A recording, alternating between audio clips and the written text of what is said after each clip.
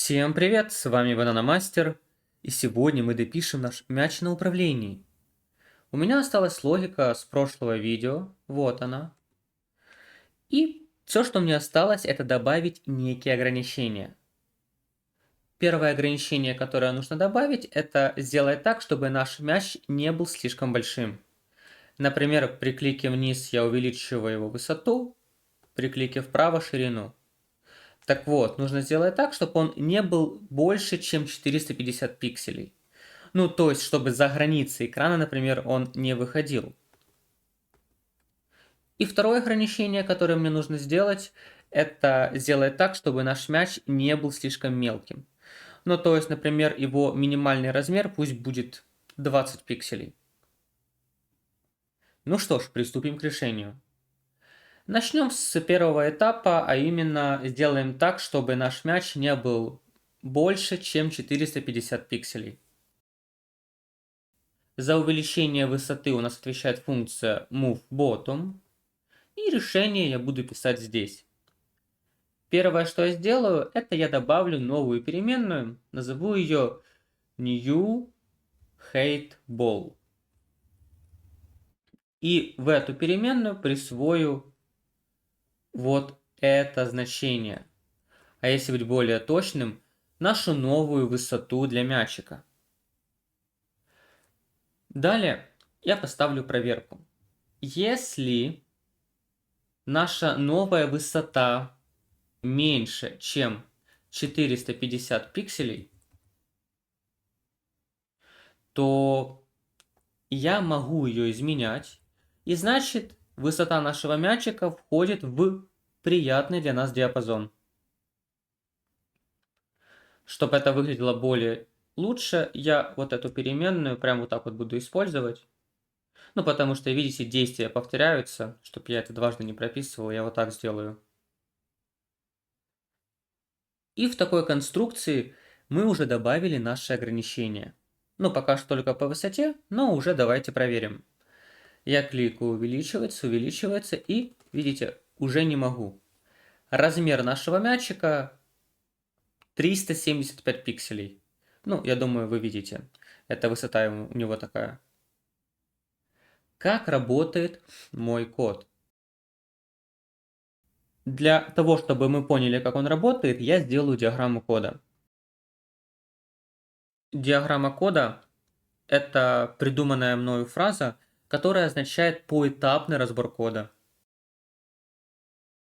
Довольно важная штука в процессе освоения, ведь она позволяет нам нормально просчитать, что здесь происходит. По этапам, по шагам. Значит, начнем нашу диаграмму кода. Когда я нажимаю клавишу вниз, у нас вызывается вот эта функция, и она работает следующим образом. Текущая высота нашего мячика 75. StepBall, это вот эта переменная, 150. Мы их суммируем, по итогу получаем 225. Дальше происходит сравнение. 225 меньше, чем 450. Да, это правда. И выполняем тело. В процессе выполнения у нас, во-первых, перезаписывается переменная HeightBall. Она была 75, стала 225. Во-вторых, эта высота записывается в height.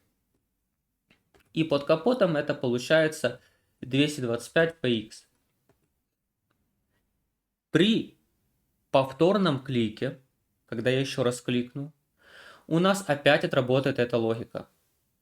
Но при повторном клике HeightBall уже, видите, 225. И это означает, что мы это все заново пересчитываем. 225 плюс 150 получается 375. Дальше именно эта цифра у нас сравнивается в условии. В такой конструкции оно опять дает true. И мы можем что? Во-первых, перезаписать переменную HeightBall. Ее новая высота 375. И также изменить визуальную высоту нашего мячика. А теперь мы кликнем третий раз. То есть, когда мы кликаем третий раз, эта функция отрабатывает также третий раз. И в ней уже этот HateBall равняется вот этому значению. При пересчете 375 плюс 150 у нас получается 525 пикселей.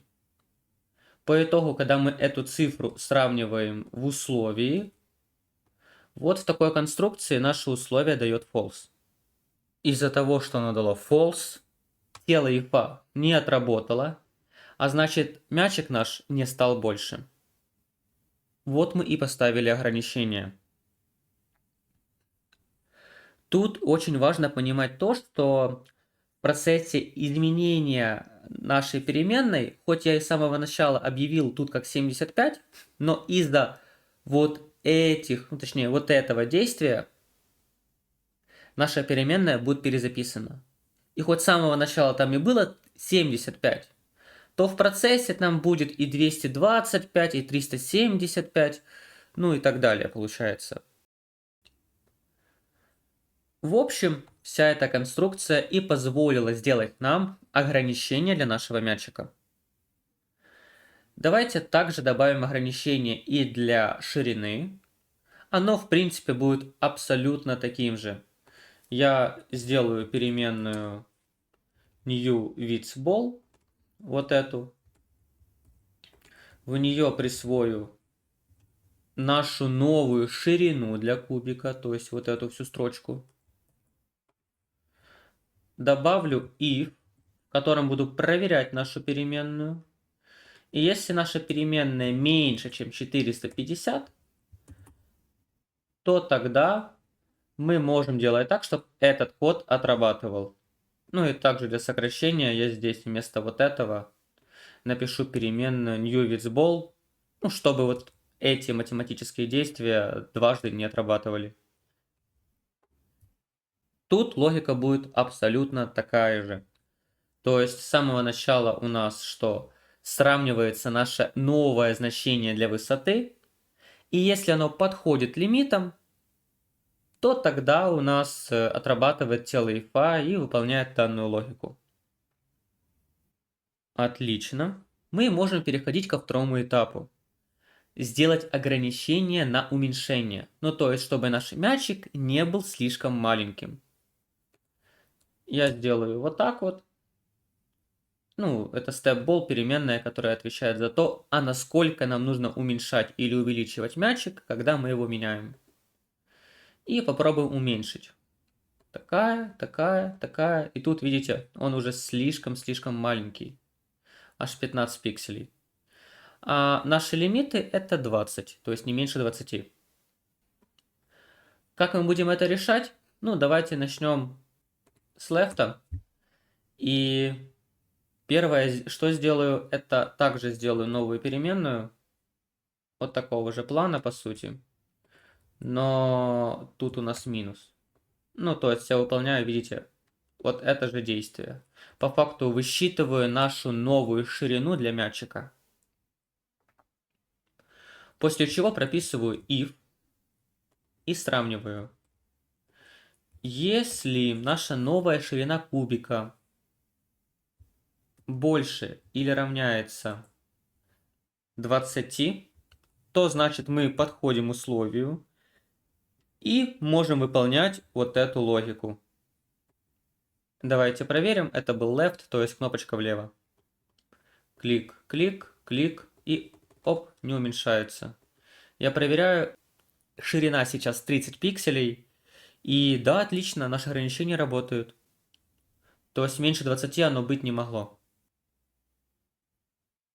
Если мы рассмотрим, как это работает подробно, ну давайте точно так же диаграммой кода, то изначальная наша ширина 75, вот мы вот записали 75 сюда,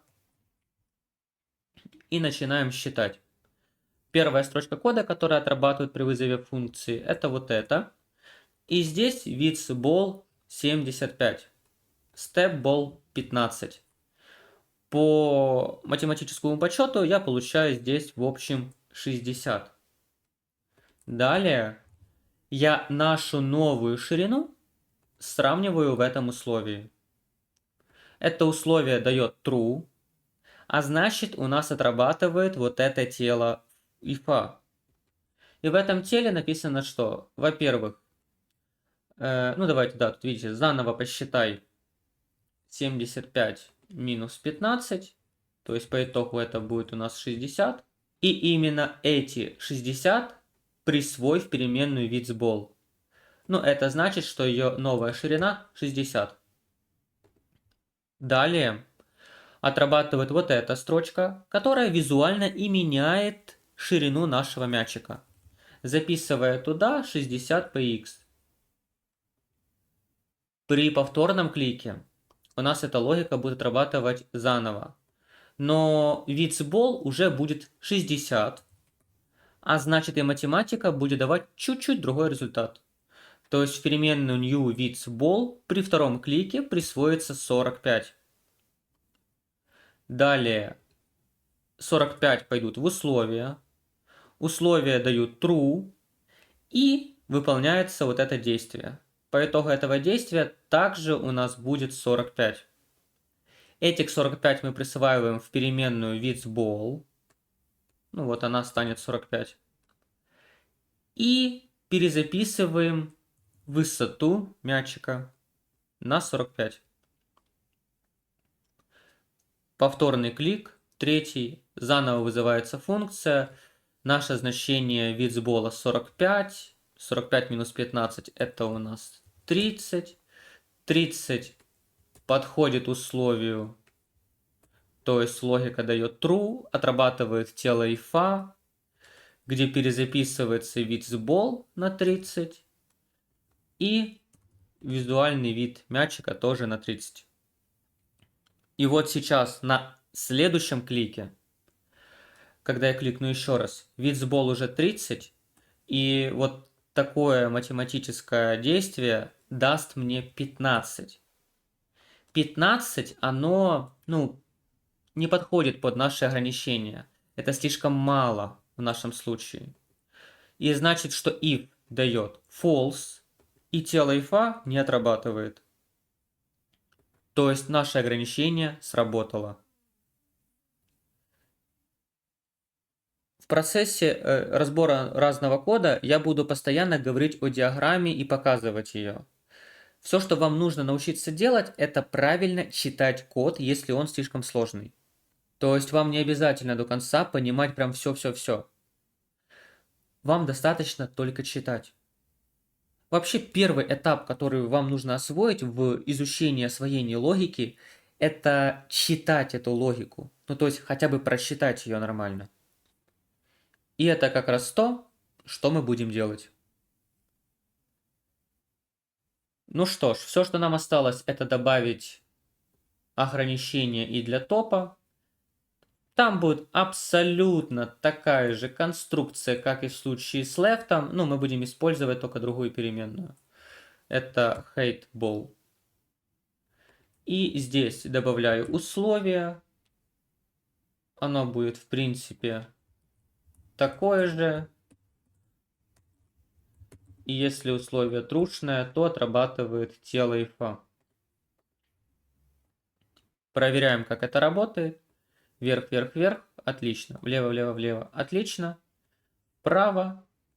Клик, клик, клик. Ограничения. Ага. Вот они вот. Появились. Вниз. И ограничения тоже появились. Все, больше я сделать его не могу. Напоследок, очень хочется усовершенствовать код. Я не люблю, когда у нас какие-то действия повторно выполняются, например, вот эти. Я бы сделал вот так вот, вот тут. И в другой функции вот это бы убрал. Давайте я скопирую, чтобы вам пример был. И поставлю вот так. По итогу мы выполнили наш дополнительный таск. На этом все. С вами был Бананомастер, разработчик, который может объяснить все.